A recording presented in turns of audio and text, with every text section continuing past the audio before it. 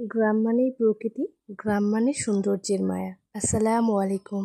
আজ বিকালে আমরা এসেছি নতুন কলা গাছ থেকে কলার ছুরি কাটতে। আমার সাহেব তো মাশাআল্লাহ সব কাজে এক্সপার্ট, কিন্তু আজকের দুঃখের বিষয় তার কাঁচিতে দাঁড় নাই। অনেক কষ্ট করে কাটতে গিয়ে শেষমেশ কলার ছুরিটাই ভেঙে পড়ল কলা গাছ সহ। অবশেষে উদ্ধার করলেন আমার শাশুড়ি আম্মা। ততক্ষণে আমার ছেলে বায়না করেছে, পানি খাওয়ার বায়না। তাই আমার শাশুড়ি আমার ছেলের সাথে খুনসুটি করছে।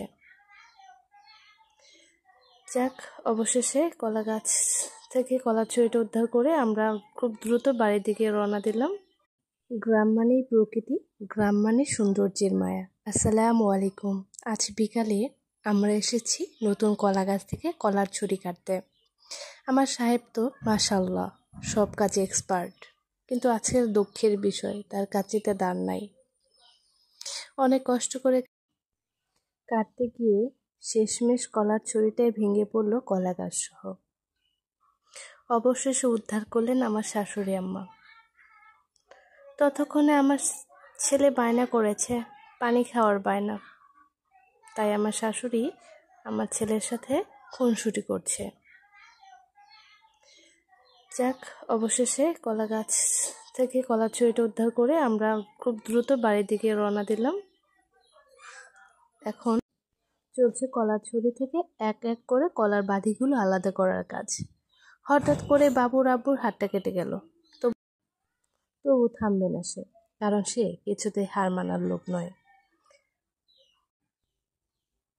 যাই হোক, দেখতে দেখতে কলার ছুরিগুলো কাটছে। কলার কিন্তু খুব সুন্দর হয়েছে মাশাআল্লাহ। এখন আমার শাশুড়ি আম্মা নিয়ে এসেছিলেন বাজারে ব্যাগ আর কিছু খড়। প্রথমে তিনি বাজারে ব্যাগের মধ্যে কিছু খড়, তারপরে কলার বাঁধিগুলো রাখবেন এবং তারপর আবার কলার বাঁধিগুলো রেখে খড়গুলোকে দিয়ে ঢেকে রাখবেন। এখন অপেক্ষার পালা, কলাগুলো কবে পাকবে।